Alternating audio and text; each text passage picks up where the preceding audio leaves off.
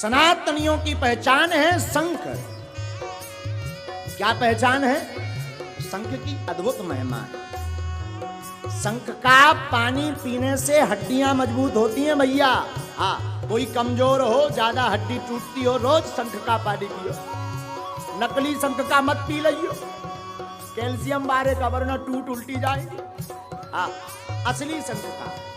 तो कई लोग प्रश्न करेंगे, महाराज असली और नकली कैसे पता करें?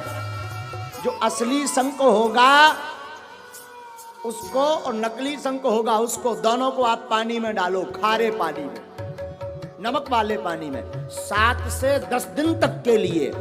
जो नकली होगा वो अपने आप खारे पानी में टूट जाएगा, और जो असली होगा वो टूटेगा नहीं। समझ जाना, ये असली तो पहचान है शंख की। तो शंख के जल से हड्डियां मजबूत होती हैं।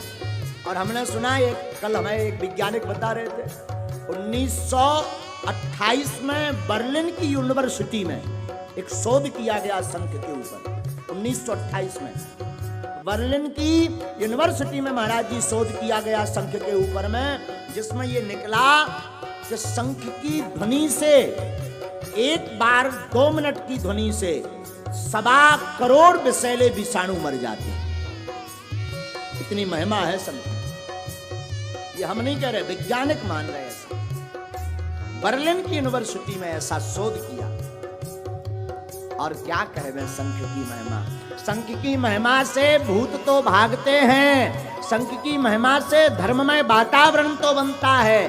पर संगीत के परम गुणज्ञ तानसेन ने भी शंख के द्वारा ही गायन की सिद्धि प्राप्त की थी। तानसेन ने शंख बजा बजा करके गायन की सिद्धि प्राप्त की थी तानसेन। इतनी महिमा है शंख की। शंख की अद्भुत महिमा भैया। और क्या कहवे शंख की महिमा के बारे में। जो व्यक्ति शंख में चावल भर करके रखता है और उसमें तांबे के सिक्का रखता है, और ये प्रत्येक दीपावली को प्रयोग करता है, फिर उस चावल को पीले रंग के कपड़े में बांध करके तिजोरी में रखता, उसके घर से दरिद्रता भाग जाती है। निज अनुभव प्रमाण है। तो शंख की अद्भुत महिमा है। अथर्ववेद में शंख को राक्षसों के विनाश के लिए मूल मंत्र बताया गया। अथर्ववेद में कहा है, अथर्ववेद कहता है कि राक्षसों का विनाश शंख के नाद से होता है। शंखेन हित्वा रक्षांसि। जो शंख का नाद करता प्रतिदिन, उसके आसपास राक्षस रूपी शत्रु नहीं टिक सकते। घर पर नकारात्मक ऊर्जा नहीं टिक सकती, घर पर गंदगी नहीं रह सकती। आप बुरे स्वप्न से पीड़ित हैं, गंदे स्वप्न अत्यधिक आते, अपने बिस्तर के पास प्रतिदिन पवित्र स्नान आदि करके भगवान श्री हरि विष्णु का ध्यान करके 5 जन्म शंख का प्रणाम करके अगर कोई शंख का नाद प्रतिदिन करे तो स्वप्न से बच जाता है।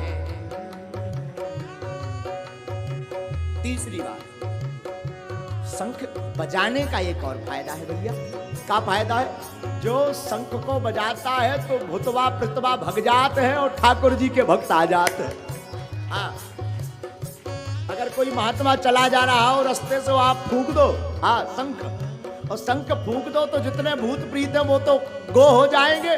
महात्मा समझ जाएंगे ये कोई साधु पुरुष का, सज्जन पुरुष का घर है, सोई वो अपना डोलिया कमंडल लेकर के घर पे आ जाएंगे। जरा पंगत कराओ भैया। हाँ, ध्यान रखिएगा, शंख की अद्भुत महिमा है। दारिद्र विनाश के लिए, सौभाग्य के लिए। और चौथी बात सुनिए, किसी को अगर वास्तु दोष हो, लगता हो कि हमारे घर में वास्तु दोष है, किसी एस्ट्रोलॉजर ने बताया हो, ज्योतिषाचार्य ने बताया हो, गुरज्ञ ने बताया हो, जहां पर वास्तु दोष हो वहीं पर शंख का नाद करिए, वास्तु दोष का दुष्प्रभाव नहीं होगा। इसलिए सत्यनारायण की कथा में, इसलिए हम कहते हैं रोज, कल से कह रहे हैं, निवेदन कर रहे हैं, कहा भैया रोज नहीं तो 15 दिन में, 15 में नहीं तो 1 महीने में, पूर्णमासी नहीं तो अमावस्या, अमावस्या नहीं तो दीपावली, दशहरा, होली और रामनवमी, इन 4 महोत्सव में घर पर सत्यनारायण जरूर कराएंगे। सत्यनारायण भगवान कराएंगे तो क्या होगा? अभी बता रहे थे ना, हमारा बालक नितिन क्या कह रहा था? नारायण ही सत्य है और सत्य ही नारायण है। नारायण ही सत्य है। नारायण सत्य का प्रमाण कहाँ मिलता? सुनिए, सत्यव्रतम सत्य परम सत्यम सत्यस्य योनिं निहितं च सत्ये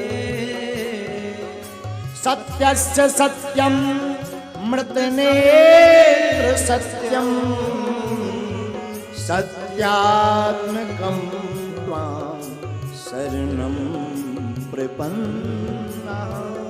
भागवत में जब ठाकुर जी का अवतरण होता है तो 9 बार सत्य सत्य कह करके दिव्य स्तुति करते हैं। और सत्यम परम धीमहि, भगवान श्री हरि नारायण ही सत्य हैं, बाकी सब असत्य है। का है भैया? हाँ, असत्य की अद्भुत महिमा है। का कहते हैं?